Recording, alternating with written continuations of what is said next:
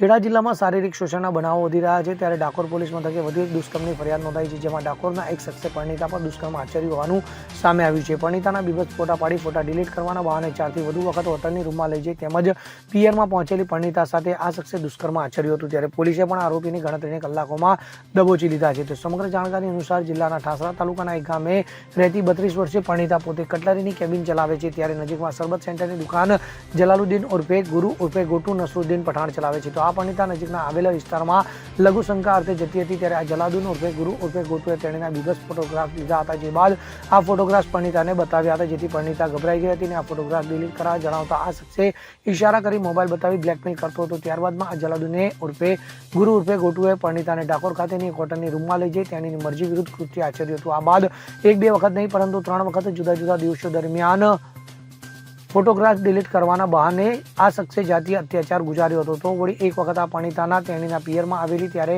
અને એ બાદ એક બગીચા ખાતે તેણે દુષ્કર્મ આચર્યું હતું, જોકે આ બાદ પણ ફોટોગ્રાફ ડિલીટ ન કરતા અને આગળ આ શખ્સની હિંમત વધી જાય એમ હોવાનું લઈ આ સમગ્ર મામલે પરિણીતાએ પોતાની આપવીતી પોતાના પતિ અને સાસરિયાના વ્યક્તિઓને જણાવી હતી, જેથી આ સમગ્ર મામલે પરિણીતાએ આ શખ્સ જલાલુદ્દીન ઉર્ફે ગુરુ ઉર્ફે ગોટુ સામે ડાકોર પોલીસ મથકમાં ફરિયાદ નોંધાવી હતી, ત્યારે પોલીસે શખ્સ વિરુદ્ધ ગુનો નોંધી કાયદેસરની કાર્યવાહી હાથ ધરી છે।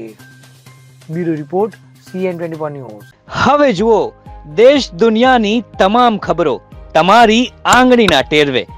ઉઠાવો મોબાઈલ અને Google Play Store પરથી ડાઉનલોડ કરો અમારી CN24 ન્યૂઝ મોબાઈલ એપ।